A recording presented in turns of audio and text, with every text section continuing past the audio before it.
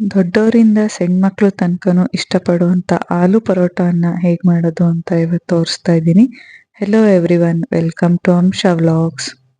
ಆಲೂ ಪರೋಟ ಮಾಡೋದಕ್ಕೆ ಮೊದಲು ನಾನಿಲ್ಲಿ ಬೇಯಿಸಿರೋವಂಥ 2 ಆಲೂಗಡ್ಡೆನ ತಗೊಂಡು ಸಿಪ್ಪೆ ಬಿಡಿಸಿ ಇಟ್ಕೊಂಡಿದ್ದೀನಿ. ಅದಕ್ಕೆ ಉಪ್ಪು, ಖಾರದ ಪುಡಿ, ಅರಿಶಿನ ಪುಡಿ, ಸಾಂಬಾರ್ ಪುಡಿ.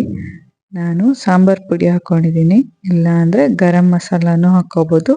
ಸ್ವಲ್ಪ ಕಸೂರಿ ಮೇಥಿ, ಲೆಮನ್, ಸಣ್ಣದಾಗಿ ಹೆಚ್ಚಿರುವಂಥ ಕೊತ್ತಂಬರಿ ಸೊಪ್ಪು ಎಲ್ಲದನ್ನು ಹಾಕಿ ಆಲೂಗಡ್ಡೆಯನ್ನು ಸ್ಮ್ಯಾಶ್ ಮಾಡಿ ಚೆನ್ನಾಗಿ ಕೈಯಲ್ಲಿ ಮಿಕ್ಸ್ ಮಾಡ್ಕೋಬೇಕು.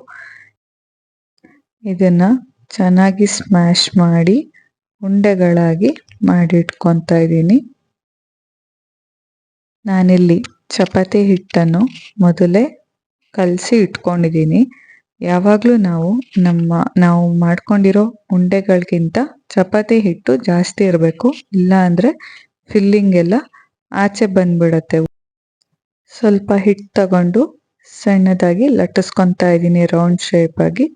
ನಂತರ ಇದಕ್ಕೆ ಆಲೂ ಸ್ಟಫಿಂಗ್ನ ಹಾಕಿ ನೀಟಾಗಿ ಕವರ್ ಮಾಡ್ಕೋಬೇಕು.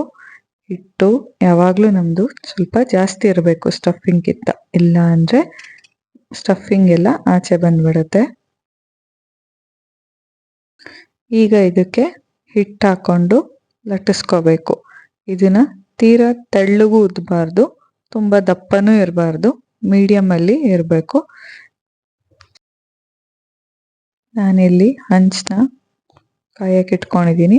ಮೀಡಿಯಮ್ ಫ್ಲೇಮಲ್ಲಿ ನಾವು ಇಟ್ಕೊಂಡು ಪರೋಟನ ಬೇಯಿಸ್ಕೋಬೇಕಾಗತ್ತೆ.